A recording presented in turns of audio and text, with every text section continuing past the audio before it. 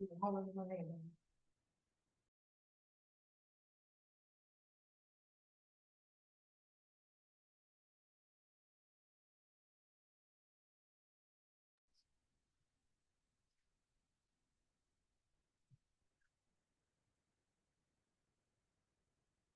evening, everyone. Good evening. Assalamu alaikum. Marabaf. Welcome to the Green PMO. Is the topic today with PMI UAE webinar series today.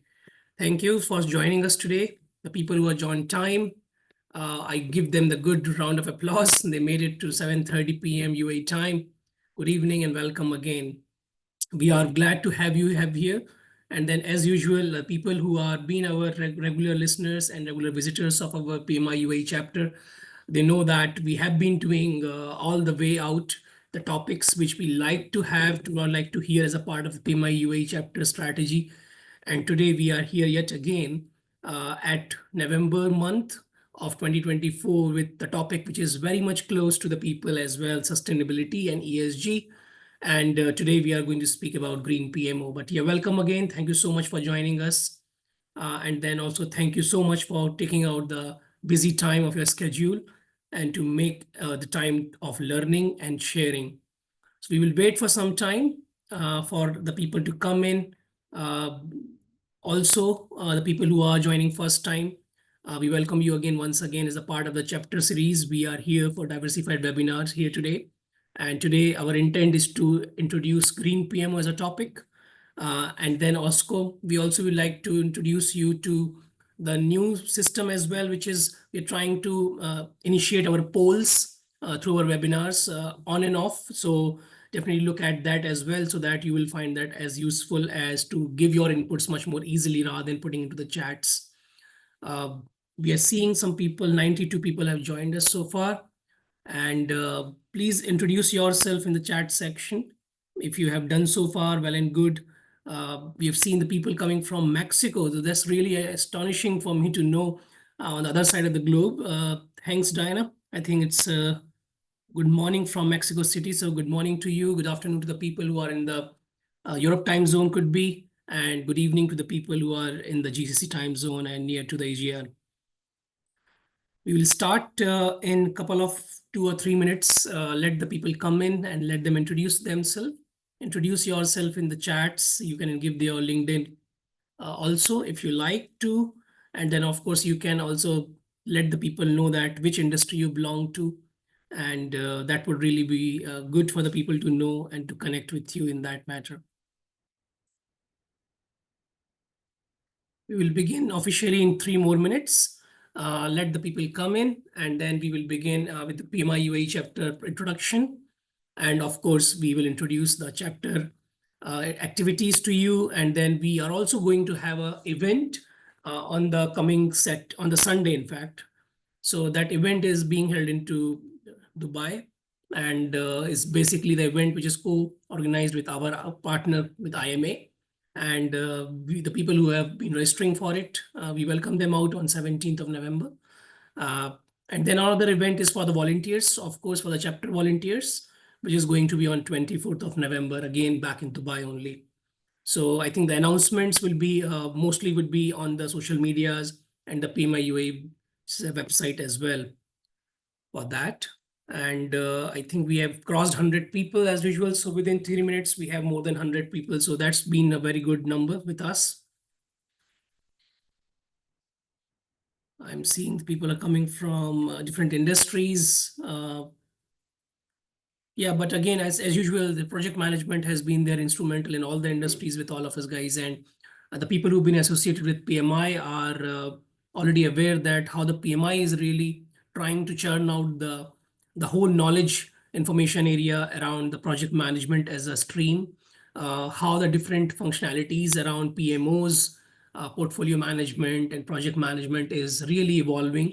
And of course, with the time, we are seeing that just not technology, but the factors like ESG is getting into the mainstream slowly into the different countries. And in today's webinar, we will learn more about it with our esteemed speaker, Eman, who is definitely excited to share her views, her opinions, and of course, her learnings.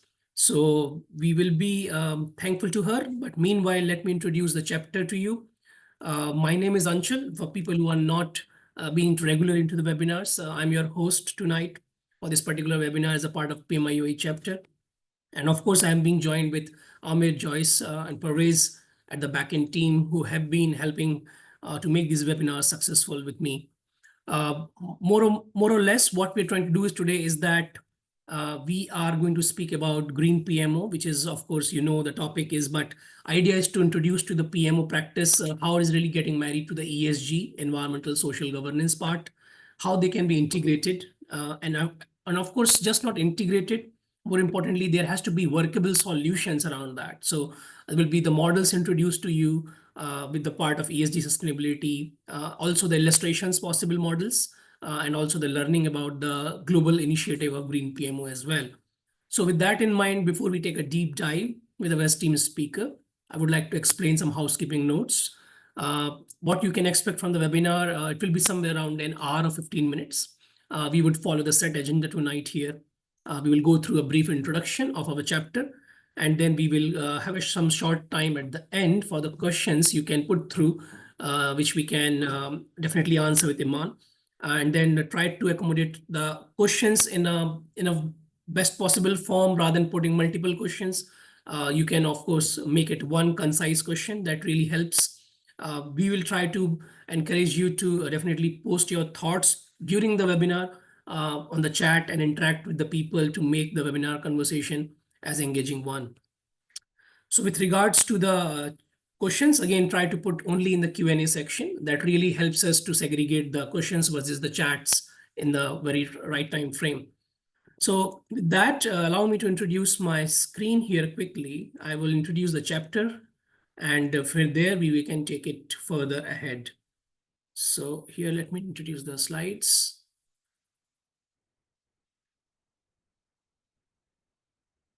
Okay, so the chapter is basically the part of PMI, which has been founded by 1969 by the group of working project managers in the US. And of course, after 50 years now, PMI is the source of all the things what we do learn and act around project management.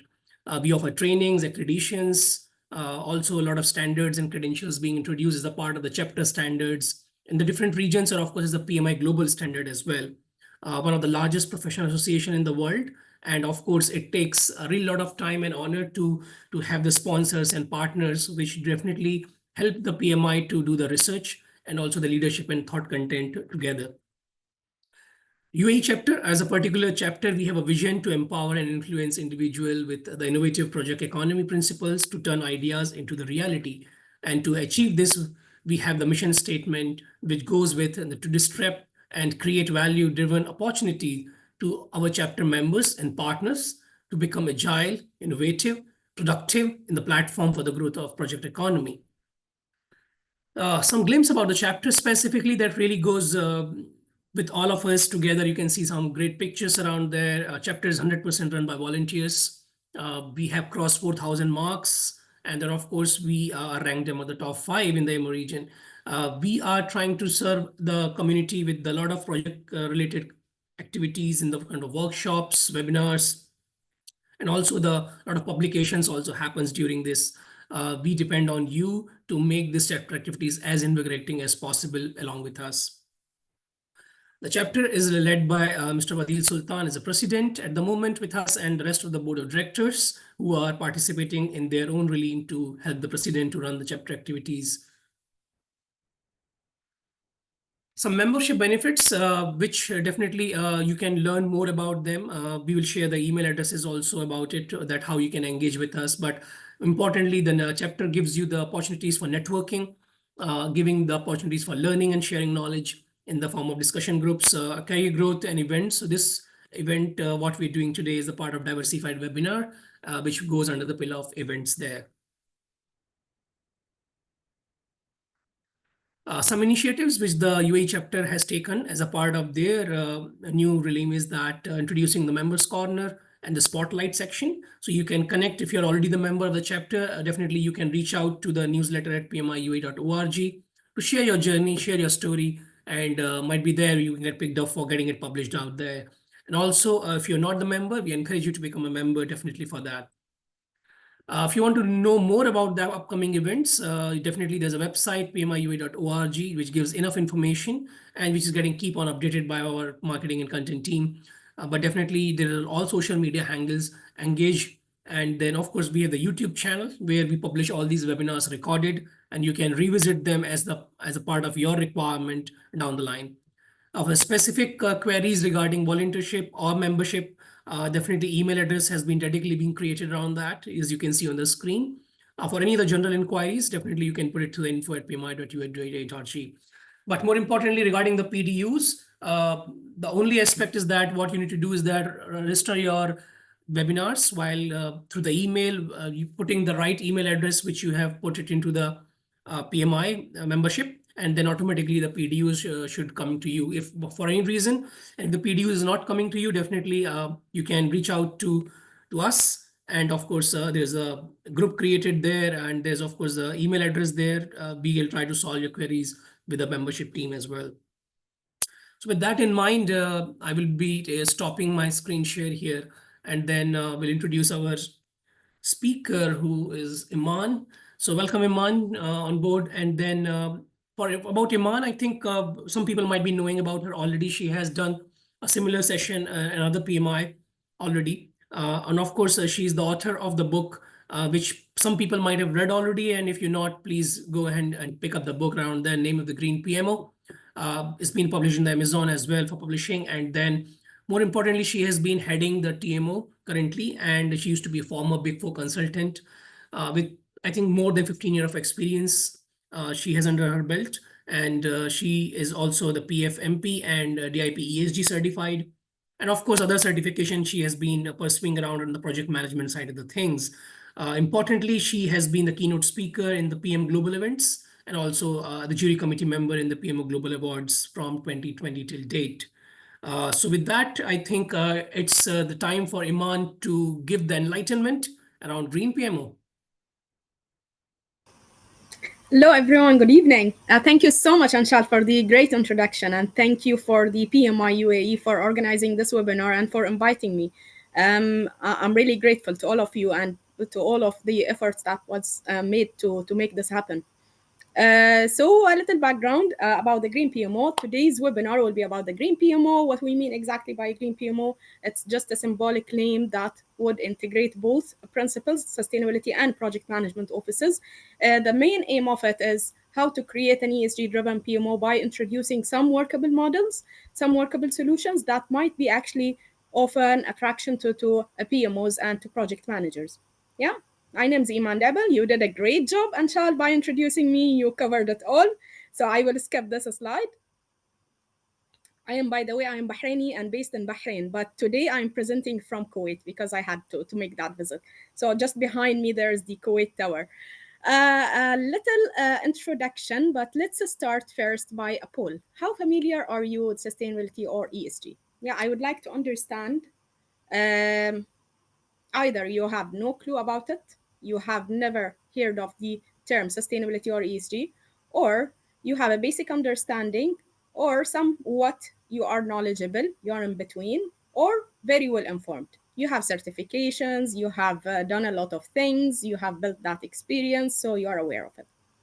I'll give you 1 minute for this poll.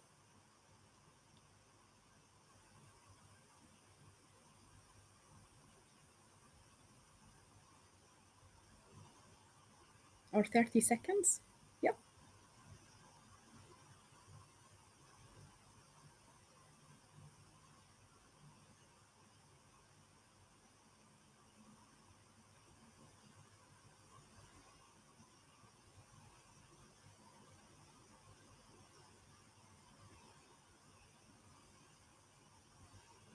Can we stop it now? Can we see the results? So, okay, 23%, they have no clue about it. They have never heard about it. Basic understanding, 46%, somewhat knowledgeable, 20%, and well-informed is 11%. That's a good balance, I think. That's really great. Okay, let's move on. So I think all the people who are based in UAE, they are very, very well informed by practice when it comes to sustainability and ESG, because Dubai, the UAE in general, not only Dubai, UAE, United Arab Emirates, they are doing great when it comes to their sustainability initiatives and their sustainability endeavors. 40%, for instance, and this is published, by the way, by a website by UAE. UAE by 2050 is an initiative that has a lot of initiatives underneath it, and they are really working hard towards sustainability initiative. Yes, there are a lot of things, there are a lot of targets, and every target is associated to something. So water savings, for instance, renewable energy, energy savings, all of these stuff are coming under UAE by 2050. And every time I am attending the DIBMIF, Dubai International Project Management Forum in Dubai, that is taking place in January every year, they are talking big time about sustainability, about retrofitting, about building management systems, about their sustainability initiatives in general, how they are producing renewable energy. Last time I do remember that they have spoken about liquidating carbon emissions in order for them to create another source of energy. Wow, this is so amazing. This is, out of norm, and it's really outstanding. So when it comes to their sustainability index, even the sustainability index that's published by the United Nations on Dubai, they are the most mature country when it comes to the GCC countries. Yep, Bahrain is to follow, of course.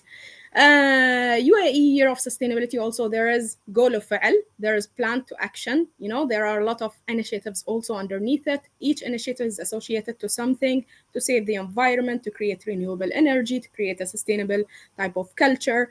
There's the COP28 that took place just before a couple of years. So there are a lot of efforts that happened in UAE. So I am assuming that everyone who's living in the UAE, he is fully aware of how sustainability is going there. Yep. There is another case study that was published also by FAB, the first Abu Dhabi bank that is based in Dubai. So FAB, what they have done, this was published in their annual report, by the way. What they have done is a study for their data centers. They have 7 in the UAE, 7 data centers. They have decided that they want to analyze all of them. And then after the analysis that they have conducted, they decided that they need to decommission 2 data centers. And because of that decision, they have saved almost 1.2 million annually from the bottom line. Yeah, so this has resulted in financial savings and also in a reduction of the carbon emissions. Yeah, by 631 tons of carbon emissions per year. Yeah, so this is really great. So let's just understand what's ESG. ESG stands for environmental, social, and governance. Yeah.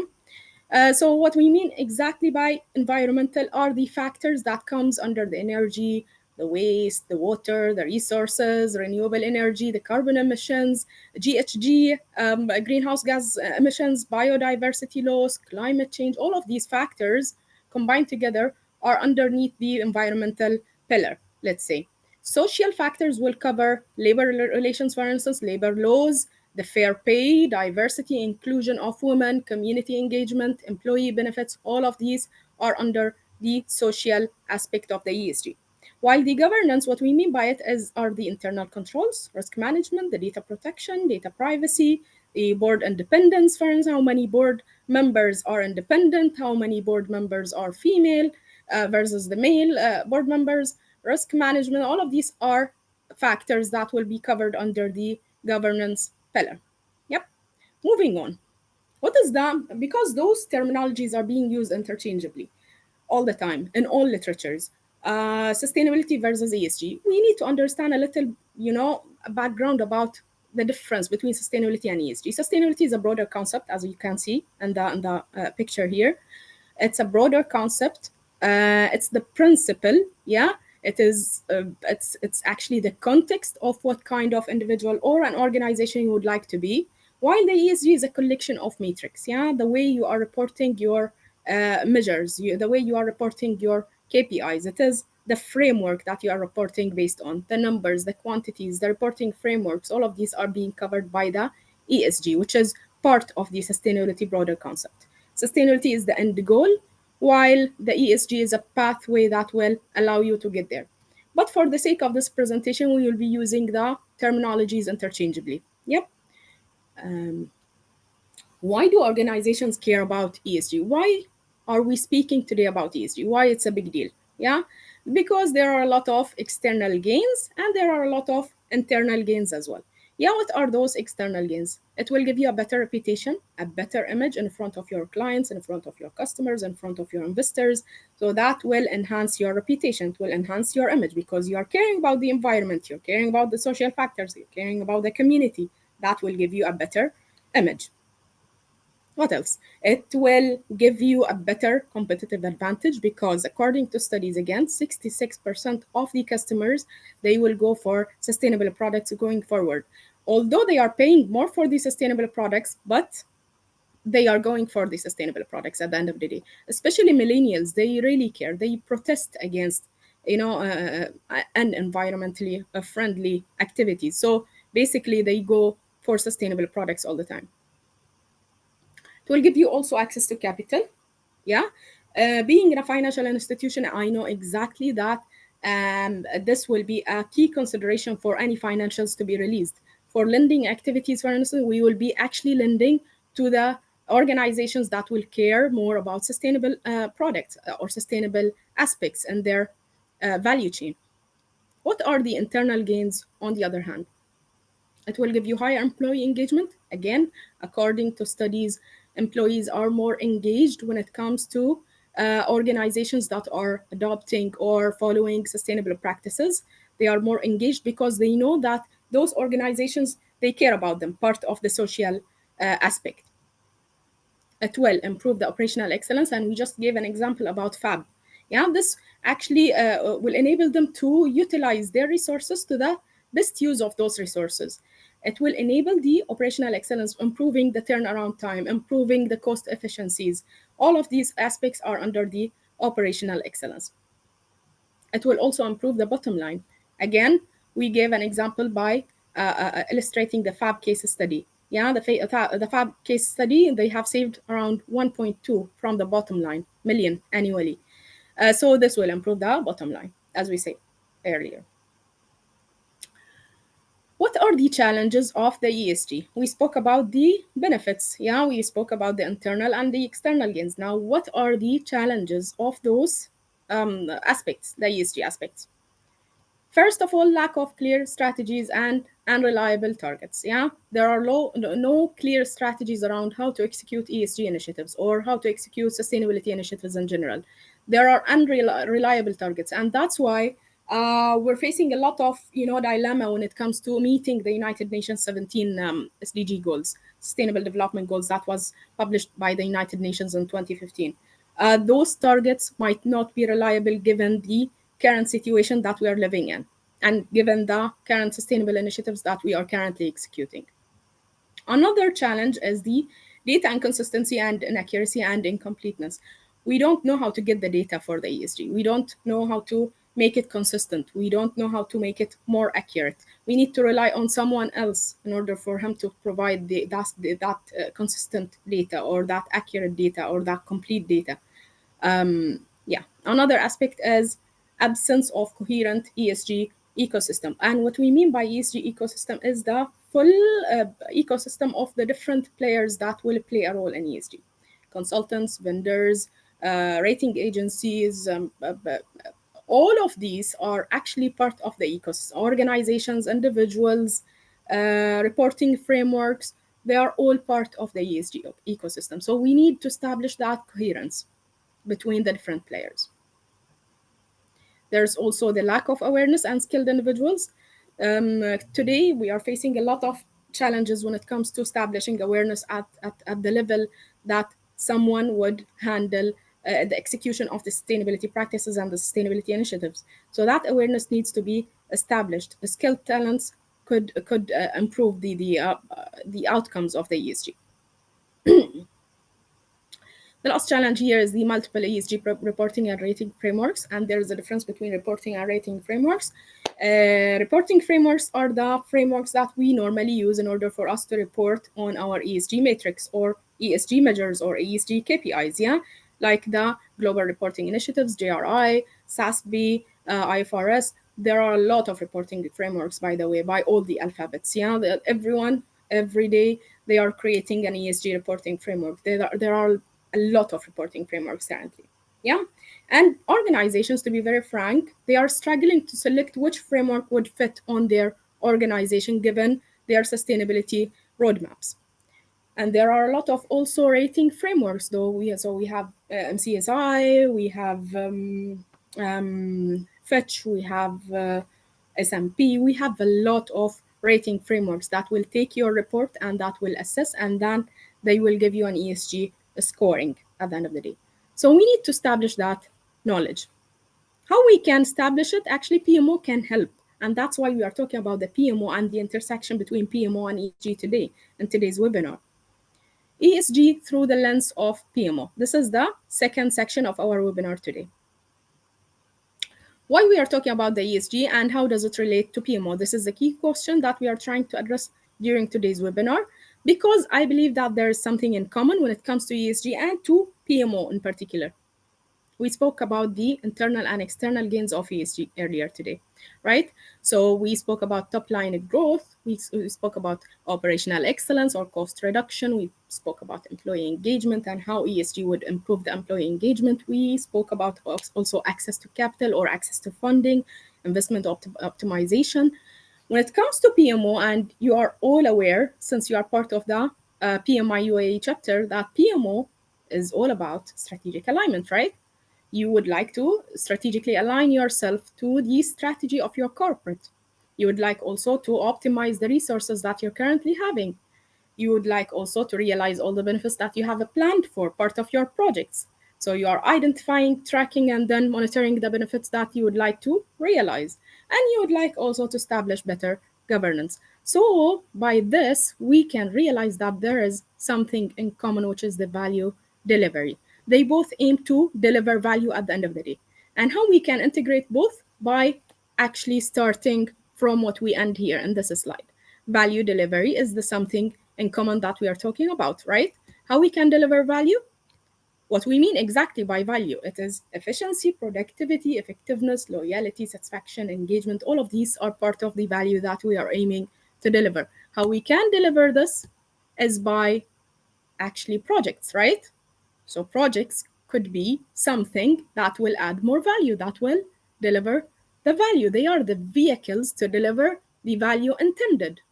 Okay, projects are part of the ESG strategy. So if you're having an ESG strategy or a sustainability strategy in a place within your organization, there will be some key projects that you would like to execute in order for you to deliver the value intended. Yeah, and who's managing the projects? Guess who? Guess who? It's the PMO. Yeah, and that's why we are talking about PMO in today's session. Let's just go back to basics. Yeah, what we mean exactly by a PMO. According to the Project Management Institute, they are defining the PMO as an organizational body or entity assigned various responsibilities related to the centralized and coordinated management of those projects under its domain. So this is the definition that was given by the Project Management Institute. Another definition by the Axelis, they are defining it as a center of excellence or the guardian of the organization's corporate approach to change. Yeah, so the main aim here is the change, offering a better chance of success in a fast-moving and ever-changing world. Yeah. Another definition that was given by the PMO Global Alliance, and the PMO Global Alliance was just acquired by the PMI last year. They are suggesting a model that defines the PMO according to three different levels. Either it's an enterprise PMO for the whole enterprise, so you're establishing an organizational PMO to coordinate and manage all the projects that are associated to your organization, or you are creating a departmental PMO, yeah, that is also concerned by producing some sort of projects that are under that department, like the IT PMO in specific, and another model which is the project or the program PMO. So this model will be created upon the start of the project, and it will be disseminated, dissolved after the completion of the project. That is the project or the program PMO. Three different models according to the PMO Global Alliance. By this, we realize that there is no one size fits all. Each organization will require a different type of a PMO. And PMO, by the way, has many names. In our organization, it's called the TMO, Transformation Management Office. There are some organizations that will call it Value Management Office, VMO. CMO is another name for it, Change Management Office. SMO is another name for it, Strategy Management Office. So it has many names. Yeah, it has many types, many models, and many services underneath it. Yeah. So this is one of the things that we can realize, that each organization will require a different setup for its PMO according to the appetite of the organization, the maturity of that organization, the expectations of the different stakeholders within that organization. Each one is very different. Yep. Now we will be covering the suggested models to integrate ESG into the PMO. Those are workable solutions for integrating the ESG into the PMO. Yeah, the first model would be the ESG for projects, the alignment, sort of.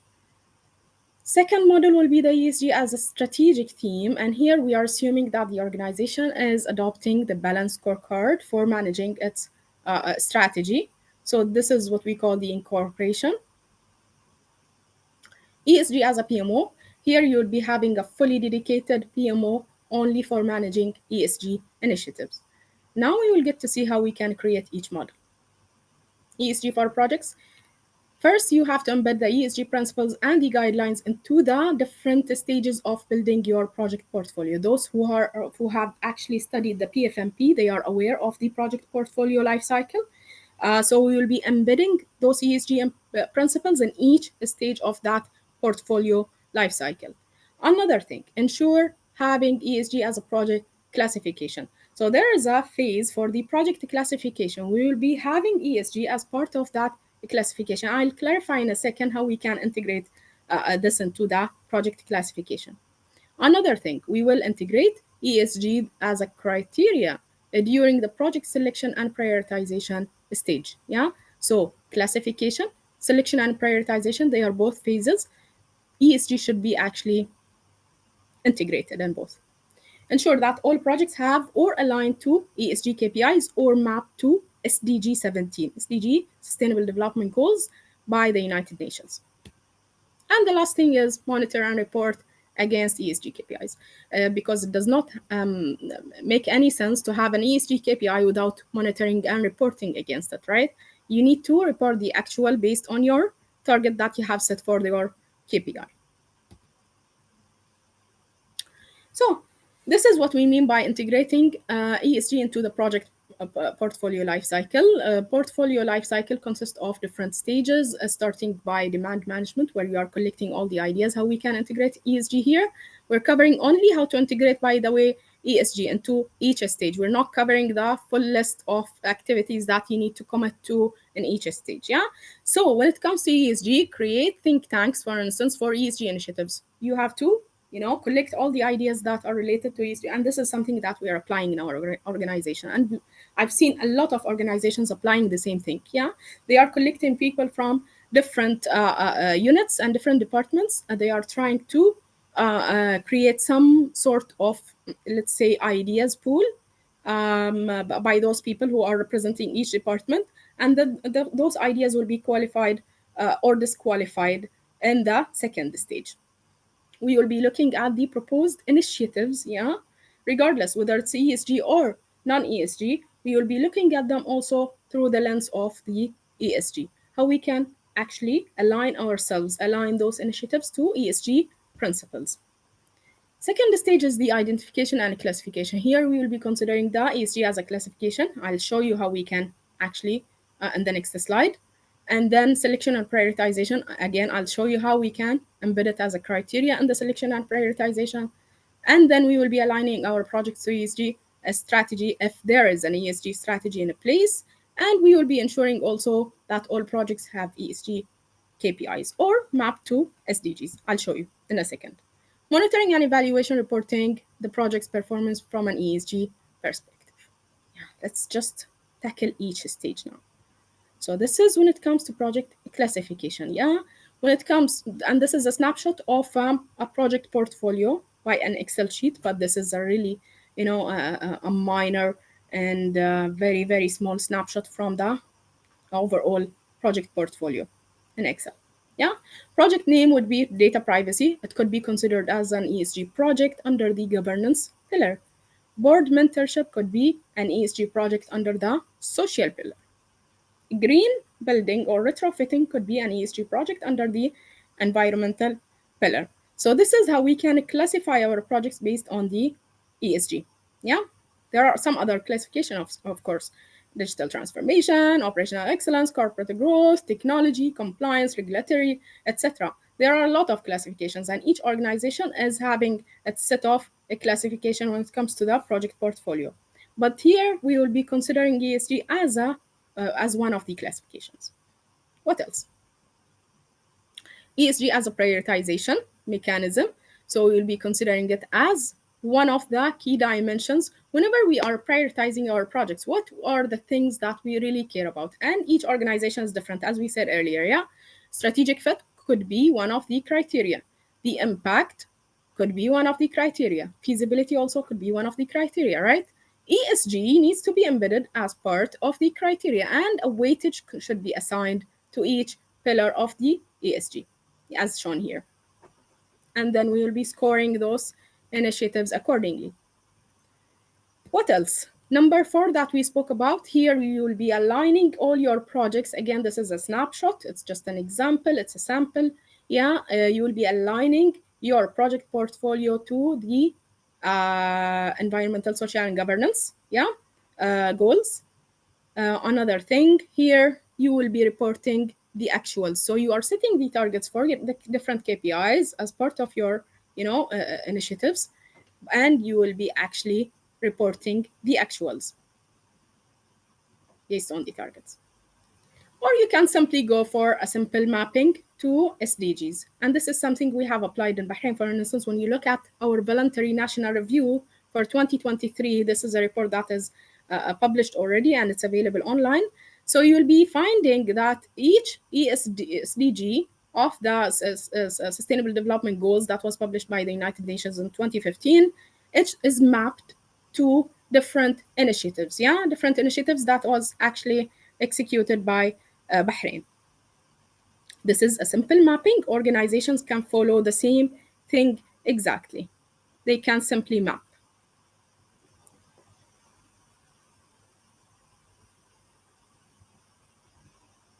Okay. Second model is ESG as a strategic theme, and here we are assuming that this organization is applying the balance scorecard for them to incorporate ESG as part of their strategic themes. Because I'll speak about the components of the balance scorecard, and I'll give you some brief introduction about the balance scorecard in a second. So here you will be incorporating the ESG as one of the organization's strategic themes. You will be developing the ESG objectives, KPIs, targets for the KPIs, the projects that you are going to execute, the timelines for those projects, the benefits, and then you will be incorporating it in the corporate-wide strategy. And what is the difference between KPIs and projects? KPIs is for measuring the business as usual, yeah, and that's why you are putting targets and you are putting a frequency for measuring those targets, while projects is for the things that will be executed. It has a start and end date, and it will be executed, and then it will be moved to business as usual, and then you will be actually monitoring the benefits out of it. Third step is ensuring that ESG KPIs and projects have clear accountability and responsibility. So each ESG KPI, each ESG project should be assigned to an owner. It should be assigned to an accountable person who will be blamed in case of failure and who will be actually, cherished if success happens. You will be also monitoring the performance of the ESG KPIs and the ESG projects in this. So let's just give you a brief background about the Balance Scorecard. The Balance Scorecard is a framework that was created by the two gentlemen from Harvard, Kaplan and Norton. Yeah, those gentlemen came up with the Balance Scorecard for monitoring the performance of the strategy. But the Balance Scorecard has evolved over the years. So now organizations are using it as a framework for developing and for monitoring their strategy. What are the main components of the balance scorecard? First thing is the perspective. What are the perspectives that you are building your strategic objectives based on? So there is the financial perspective, the customers and stakeholders, and then the internal processes and the organizational capital perspective. Yeah. Earlier in the early days, it was called learning and growth, and now they have evolved the model, so they are calling it organizational capital. The other component are the themes. Those are vertical stories that will start from bottom to top using a cause and effect relationship. So why we are doing this? Because we need this. Why we are doing this? Because we need this. I'll give you a very clear example in a second. And the third component of the balance scorecard are the strategic objectives. Those are the objectives that will be connected by the cause and effect. Themes are the stories, vertical stories from bottom to top by connecting the objectives, that are connected by a cause and effect relationship. I'll give you an example now. So now, considering that ESG or sustainability is one of the strategic themes, and we will look at the balance scorecard perspectives through its lens. Yeah. So this is the story that we are creating by looking at things from an ESG perspective. What is the story? We will be creating a story from bottom to top, connected by a cause and effect relationship. The first one is the organizational capital. Here we're talking about technology, people, we're talking about leadership, the culture. All of these aspects are part of the organizational capital. If we are talking about the technology or the infrastructure, then we will be highlighting this as a strategic objective. What technology we need to embrace or to serve the ESG goals. Let's leverage the technology of the robotics, for instance. Yeah, why we are using robotics? Why how can we streamline the internal processes, which is the second perspective, by using the technology? Yeah. Here we are streamlining processes by the automation. Because we are using robotics, then we are able to automate our internal processes. How would streamlining processes improve our customer service? Simply by improving the turnaround time, right? You're improving your customer service by using the automation. Automation is based on the infrastructure, which is the robotics. So this is how we are building the connections from bottom to top. How would improving our customer service help us generate more revenue? Of course, if you are improving the customer service, the customer experience in general, you are improving the generation of more revenues by increasing the sales, right? How would streamlining processes help us optimize our cost, which is the second objective under the financial perspective? Yes? How would optimizing by reducing the headcount, for instance, this is one of the things that we can actually have under the optimization of costs, because we are using robotics, we are using the automation, we are improving the turnaround time, then optimization of costs by reducing the headcount that are actually allocated for this particular aspect. Yeah. How would optimizing cost or generating more revenues help us improve our profitability? Of course, net profit will be increased either by generating more revenues, net income is increased, or your cost is decreased, right? So the cost to income would decrease basically. So your net profit will increase. Yes? And by increasing your net profit, this will help us improve our shareholders' value or return on equity, which is the main aim of any organization. Any profit making organization aims for increasing its shareholders' value at the end of the chain. So, this is just our examples on the KPIs that we can create for each pillar of the ESG. Environmental, for instance, could be energy consumption, kilowatt per year, water consumption, gallons per year, water recycled, etc. Social could be percentage of women at management level. It could be also the average training hours per employees, the dollars donated to charity or social causes. Governance could be the number of women representation at board level, number of independent directors on the board, etc. And there are a lot of KPIs, by the way. As we clarified earlier, each reporting framework would clarify the KPIs that could come under each pillar of the ESG. And there are a lot of reporting frameworks. The third model. First, dedicating.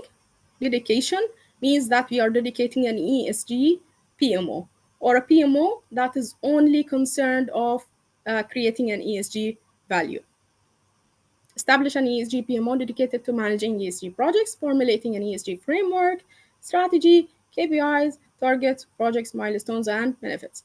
execute, or facilitate. Their job will be only to execute or to facilitate the execution of ESG projects. They will not look at all the projects of the organization. They will look only at the ESG projects. They will try to align as much as possible to the ESG strategy that was created by the organization. Monitor and report against targets and benefits.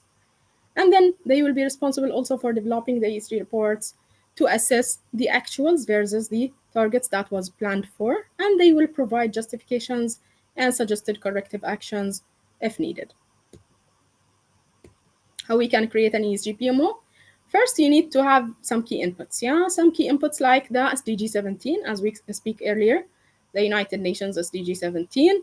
Underneath the SDG 17, there are 169 targets, around 169. Also, you will need to leverage the ESG frameworks. One of the frameworks needs to be selected in order for you to have a clarity around the KPIs that you would require to identify and then to measure. You will have a country vision, of course, as a key input. If you are based in the UAE, you will have that country vision in front of you in order for you to align yourself to it. If we have a vision in Bahrain, then we have to align ourselves to the vision of our country. If we have a vision in any other country, we need to align ourselves to that vision only. It's a cascaded type of approach. The corporate strategy of your organization needs to be a key input as well.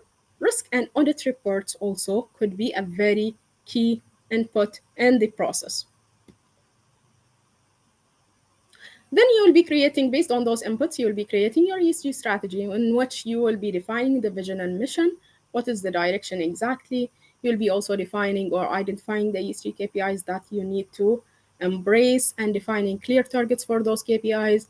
You will be also identifying the ESG projects that you'd like to manage or to facilitate managing, and then you will also cater for the planned benefits of those projects. Yeah. What are the outcomes? Then you will be actually taking all the targets and you will be assessing them based on the actuals that happened. Yeah, if you are having a target of 1,000 ton, yeah, per year, and your actual is 800, then you are behind your target. You are ahead of your target if you are achieving 1,200. Yes, so you will be monitoring the actuals versus the targets that you have identified earlier. Planned benefits, the same thing. Planned benefits versus the realized benefits. What has actually happened in terms of benefits? This is your way to measure the value that was delivered.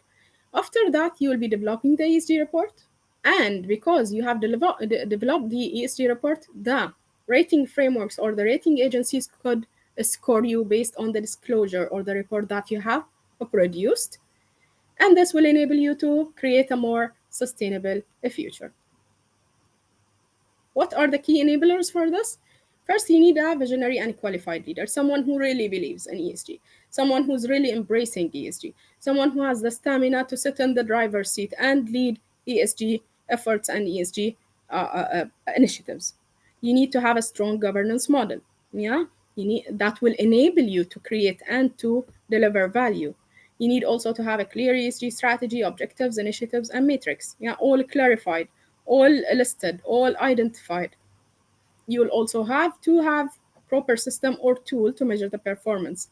I'll show you in a second the ESG scorecard that I have created for our organization. Although it's an Excel sheet, a very simple Excel sheet, but it will suffice the purpose. It will do the job. And you need to have a supportive ecosystem, the ecosystem that we spoke about. All the different parties that are part of this ecosystem needs to collaborate in order for you to produce the results intended. So this is a snapshot of the scorecard that we spoke about. First, you will start by identifying your objective or the project that you are going to have under the ESG. Then you will be clarifying what KPI you are going to have. Is it the water consumption? Is it the number of women at board level? And you will be describing that KPI. You will be given a formula for the KPI, who's accountable for this KPI. The frequency for measuring it, is it quarterly? Is it biannually? Is it annually? You'll be assigning also a weight for that KPI. Yeah.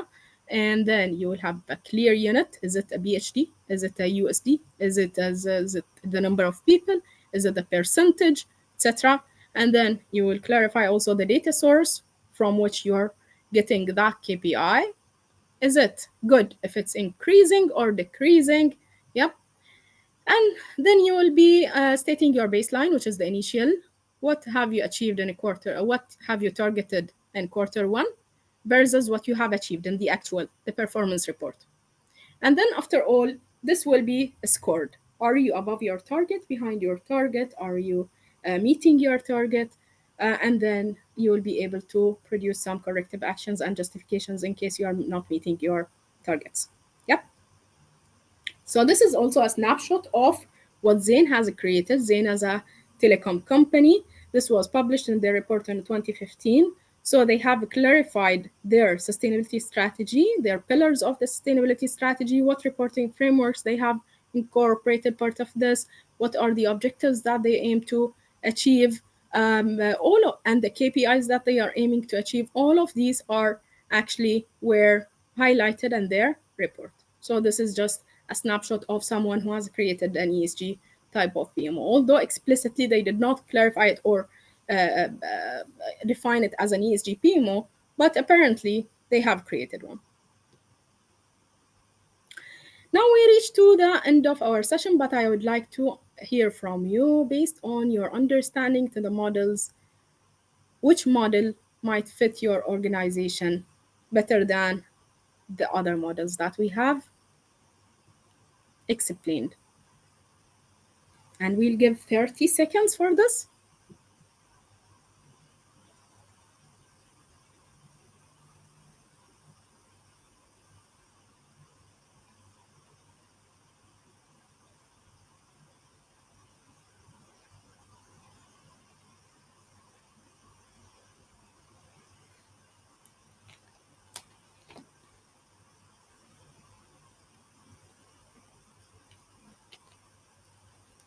And let's see.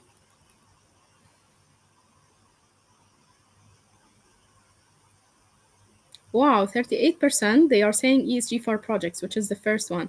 ESG has a strategic themes, 38%. So all the 38%, I'm assuming that they are using the balance scorecard. ESG has a PMO 19%, not sure 6%. I'm very concerned about the ones who are not sure. So I need to have a chat with you later after the session. Okay, so let's move. And let's just end this project or end this session by speaking about the Green PMO initiative, the global initiative of the Green PMO. The Green PMO is a book, collaborative book, that's featuring 39 authors from around the globe. We have different people from around the globe, actually. Each one is speaking about a different perspective, different thing that will intersect both sustainability and project management together. And the beauty about this book actually is that each chapter you will read it and you will find something different. Yeah, it's a one go read for each chapter, but it's really adding a lot of value because it's diversified. Yeah, in terms of content. If you want to get the book, you can click on the link. It's an Amazon best-selling book. We won a couple of awards so far, and we are expecting another one to be won as well. So here, I am saying is Green PMO is not just a book; it's a movement. Yeah, it unites thought leaders in project management and sustainability from around the globe. I am very proud to be the project leader of this Green PMO, and can't wait to hear your review on the book. Thank you so much, Eman. I think the book is available for the buying it on the Amazon as well, right? Yes, indeed. Indeed, good. Yep. So I think that's a really a thoughtful session. We can start with some kind of questions, and what we can go with that is the slides is definitely something that can be shared with the audience. Iman, is that something we can do as a PDF or something? Fine. Yes, indeed. No problem. So that's what we will do. So now we have a list of some questions coming in, guys, from the audience here. Of course, it was interesting session, and we learned something about from the basics and some models around that. The first question is now coming from Mr. Ashraf. He's telling that will it be advisable to establish the dedicated section or resources to ensure the implementation will be effective under ESG principles and strategies across PMO in the organization? Well, that depends on the organization maturity itself and the appetite to establish a dedicated section for ESG type of initiatives. It will depend also on the stakeholders and their expectations, what they are aiming to have, the leadership, whether they believe in ESG or they don't believe. I have worked with leaders who don't believe in ESG whatsoever. They don't believe in the value of ESG. They think it's just for corporate communication and for marketing type of stuff. So it Mm. really depends on the organization you are in, I would say. Understood. So it's a more a contextual based and the cultural based situation where we have to take a call calculatively and based on, because see, these principles or strategies or section, whatever you say, will not be successful in any way because then is a no buy-in from the top also, right? So you have to take a call there. So the second question leads us to Mr. Karthikeyan asking is about education and institutions around schools, universities, government buildings, because those are mostly owned by non-private owners. Can ESG be a strategic theme can be adopted for this as a collective thing possible, or what's your opinion? Yes, of course, it can be big time. There is a chapter in the book that will speak about a green curriculum. Yeah, so the aim of that chapter is to establish awareness across the schools, across the universities, to educate people on how ESG can create a lot of value. So yes, indeed, it can be embraced by any organization, regardless whether it's a for-profit organization, non-for-profit making organization, by a school, by an university. I spoke to a university in USA just before a few months, yeah, and they were actually embracing ESG. Big deal, yeah, it's a big deal for them, big time. They have embraced it. So yes, it could be embraced, of course. So see, since this is a more of a kind of not very old stream of work, Iman, so the people are very curious and intrigued around how they can learn about it more. Of course, there's a lot of ample amount of resources around the online sources, but any specific ones would like to recommend to the audience? Well, there is the Prism course that's actually by the Green Project Management. Joel Carboni is the one who established that Green Project Management. There is a course dedicated for Green Project Management in specific. Yeah, so this is one of the courses that could be actually recommended. Another course is the Diploma in ESG by the Corporate Governance Institute, the one I took, Diploma in ESG, and there are a lot of other courses. Each is tackling different aspects. Some would tackle the investment aspect of ESG, some would tackle the environmental aspect, some would tackle the social aspect. So each course would be actually for something else. Diploma in ESG is more for directors and board level type of people who would like to understand the basic, not the technical aspects of the ESG, but the basic aspects for managing ESG type of initiatives going forward. So each course is a different thing. And objectives. Okay. Yep. Um, how do we share our ESG impact with others? That the question comes from Shazia. What is the best strategy or ways to for the people to share their impact, what they've done in the ESG field with others? Is it only the publications around the social medias, or is there any particular kind of forum, community space where this is all getting communicated and might be discussed possibly? Anything like that? Try to quantify it first, monetize it first, and then share it as a case study, like what happened with Fab. Fab is sharing this case study with everyone currently. They are publishing it everywhere because they have quantified it, they have actually monetized it. That's Mm. why they are able to share the impact, and everyone will actually buy in the impact because it's supported by figures, it's supported by numbers. So, yeah, as much as possible, try to monetize and quantify, and then you can publish anywhere. Okay, and that's a good piece of advice indeed. So I think the impact would be just not around the social segment, but what her Iman is trying to say that until we, even with the social part of it or environmental part of it, there's definitely something that which need to be quantified in the form of some sort of tangible numbers around that to make up the situation where at least people will understand that how much was the situation and how much we have improved or how much we have gained that way, Yes, and that indeed. that's Especially if you are, because there's that concept of greenwashing at the end of the day. yeah, exactly. Organizations or individuals who are sharing impact that is not quantified and it's not supported by numbers, but they are showing off, by sharing that impact. So they are greenwashing, in other words. So I would go for quantifying first and then to share. Thank you. Yep. Thank you. Of course, there's let me just pick up anything else better is coming out.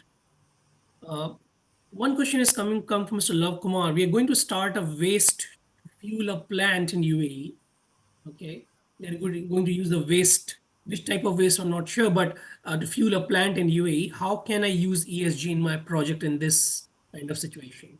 Okay, regardless of the type of of project, because I'm not specialized in waste, I'm not specialized in a fuel plant. So, regardless of the type of the project, try to identify all the KPIs or the key performance indicators under that project, the key benefits that you are trying to reach a part of that project, and then try to put a target for those KPIs. This is how you can actually identify KPIs for your project or use ESG. Or you Mm, can simply just map it to the SDGs because there are 17 SDGs: quality education, no hunger, no poverty, and then climate action. You know, those 17 SDG, try to map it to them, yeah, and put some targets for those mappings. So mm. this is another way also. Okay. We have one question from Mr. Allah.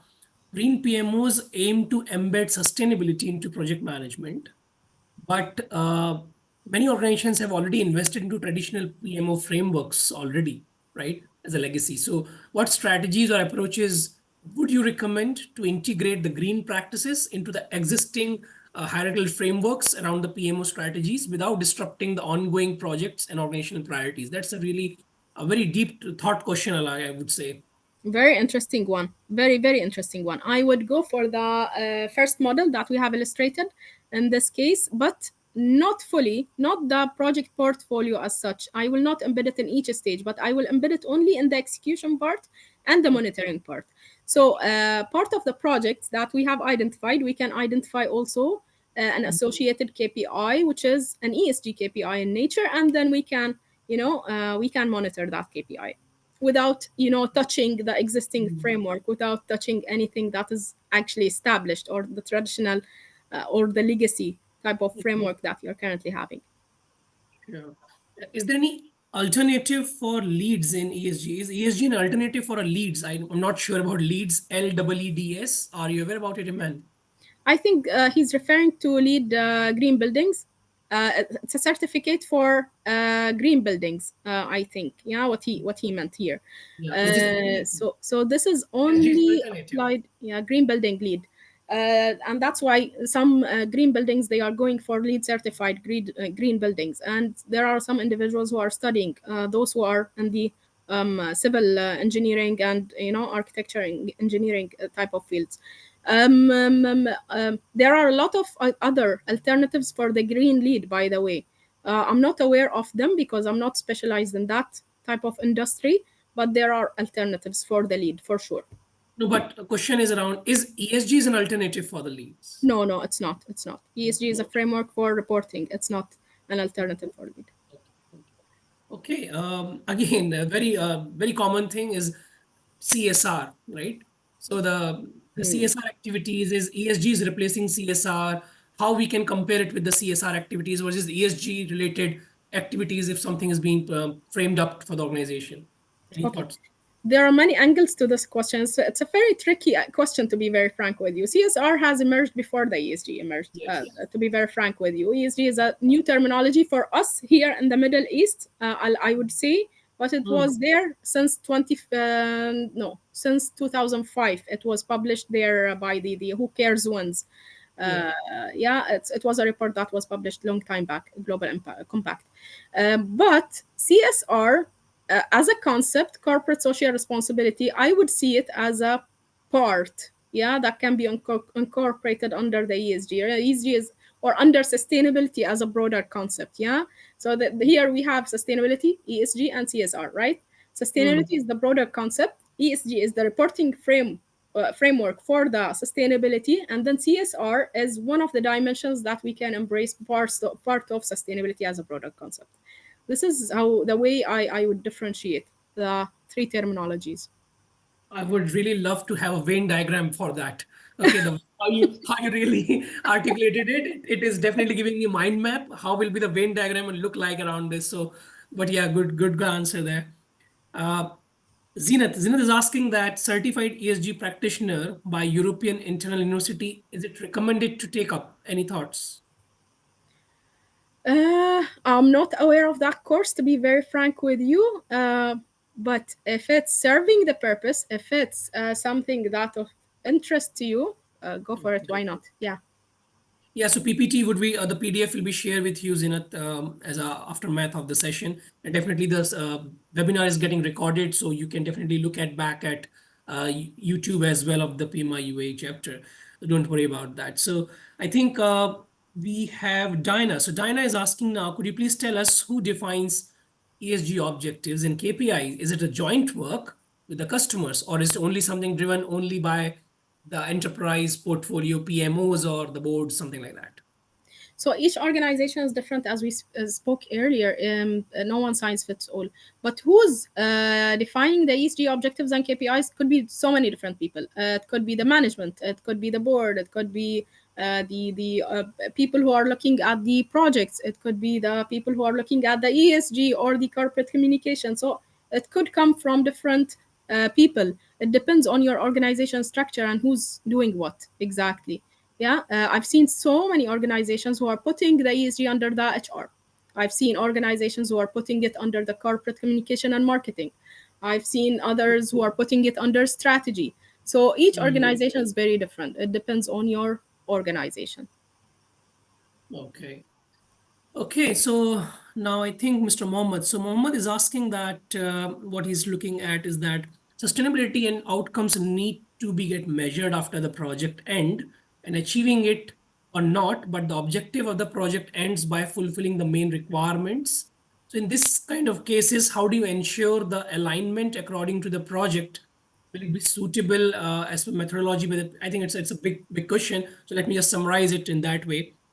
He's asking more importantly is that how it will be easy and much more suitable for the methodology which the normally PMO follows to measure the impact of each project and on the long-term basis to support ESG, even though sometimes ESG benefits cannot be achieved in full or in partial they achieves, but how do we really see it as a coming out as a kind of byproduct of ultimately having the long-term project since we are progressing towards ESG that way? Okay, so this is a very interesting question, by the way. It's complicated in nature, but okay. You have a project, right? That project will deliver specific value because you're not doing a project for the sake of doing a project. You want to deliver a project because it's delivering a value. What Mm. sort of value you're aiming for? Define the value, define the KPIs that are associated to the value or can be used as a quantification for the value you're aiming to produce, and then those KPIs or those benefits, let's say, needs to be monitored. Monitored in the sense of, are you achieving those KPIs? Are you achieving those benefits or you're not? If you are not, then you have to justify. You have to produce some corrective actions. You have to, and present it to the management in a way that I'm not able to achieve it because of this reason and this reason, yeah? Or I'm able to achieve it and this is the result of it. This is the outcome of it. This is the outcome of my project that is associated to ESG or that is associated to sustainability measures, etc. And this could be actually a very, very easy task if you have an ESG strategy in place. So you can link your project to the ESG strategy that you are about to achieve. I hope that Oh, answers the question if I understood it correctly. means it was a bit of not fully easy question for me to also apprehend it, but we try to make our justice to that. Is there any KPIs relating to ESG? Can you share some KPIs examples? Yes, we have shared it in one of the slides, but I can repeat. Under the environmental, for instance, there is the waste, there is the energy consumption, there is the water consumption. A lot of things could come on carbon emissions, and a lot of things under the environmental could be considered. And then under the social percentage of donations, for instance, there is the percentage of women versus men. There's the social activities that you are committing to, voluntary activities, voluntary or community engagement, the number of training hours that you are actually committing to per employee, and under the governance, that are the things that are related to governance, which is the number of independent directors, number of you know non-executive directors within your board, risk management incidents, risk management breaches, data privacy breaches, etc.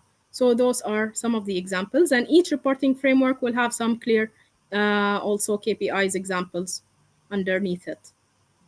Perfect. I think the last one now we take, Eman, is again, is coming out. What are the best strategies to foster the culture of sustainability and buying, getting, securing the right buy-in, right, for the Green PMO across organization? That's the final enclosure. I think that's the whole crux. What's the Yeah, best strategy? that's a very tricky question, by the way. Building a culture will require a lot of time. Building a culture of sustainability, because like I always give this example. Whenever we are building a culture, we need to adopt some of the change management models or change management frameworks that are well established. The ADKAR model, for instance, is one of the very best change management models in order for you to change your culture to foster sustainability as such. ADKAR stands for awareness. First, you have to establish awareness. Then, D is for desire. You need to embed that desire within them that they need to embrace sustainability. And then, K is for knowledge, establishing that knowledge in a place. And then we have another A, which is the ability, embedding the skill sets, sending people to training courses, though they have to build the ability for them to embrace sustainability. And then R is for reinforcement, show them the value, show them that they need to actually establish that concept in a place. So this is one of the models that I normally adopt for changing a culture, for fostering something, regardless. Yeah, I think that really brings us to the end of the session now. I think with that change management recommendation, that's where I think when we talk about anything to obtain a kind of buy-in or to obtain the kind of culture change, it's a tough one, and it's not a one-shot journey. It's not silver bullet. We all understand that, and it's not a process that which we can achieve with the time frame also at times. Depending on the company size, depending on the scale, depending on the location, all these factors matter, and that's why I think Iman mentioned that the approach of change management is one of the key there to bring it out, because anything which you're bringing new will have a resistance.